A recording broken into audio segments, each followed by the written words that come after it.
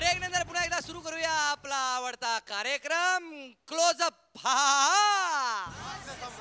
आणि येत आहेत आपले शेवटचे परफॉर्मर अभिनय बोरकर। सध्याचा झी मराठीचा सगळ्यात मोठा असा कार्यक्रम, प्रसिद्ध असा कार्यक्रम म्हणजे सारे गमप। खूप छान असतं। देवकीताई आणि अवधूत गुप्ते असे जज बसलेले असतात आणि समोर अनेक कलावंत गातात आणि नंतर गाऊन झाल्यानंतर ते असे गप्पा मारतात आणि मार्गदर्शन करतात।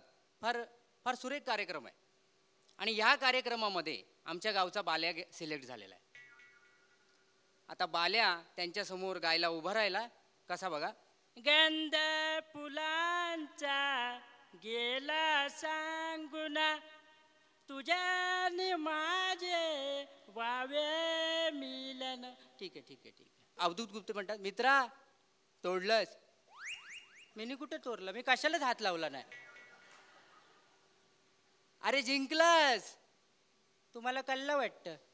तरी मी माझ्या बाकूसला सांगितलेलं, गावान सांगितलेलं सगळ्यांना कोणाला सांगू नका, कालच मी सुपर लोट्टो मध्ये जिंकला।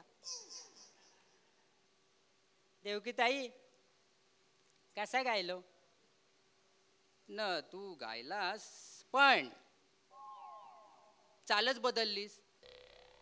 चाल तर मी कावच बदलली, आता बंगल्यान राहत।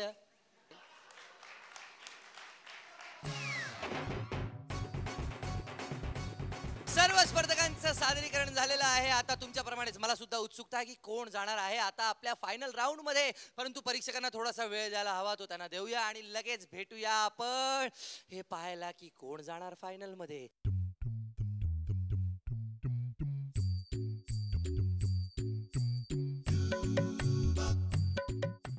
मी पाचही स्पर्धकांना इथे येण्याची विनंती करतो, प्लीज इथे या।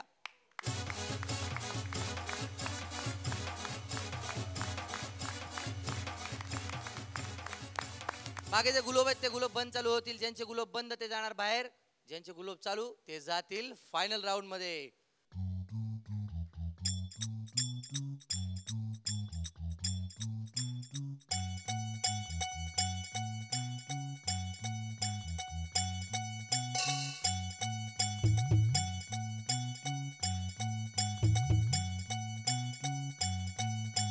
आणि रिझल्ट लागलेला आहे।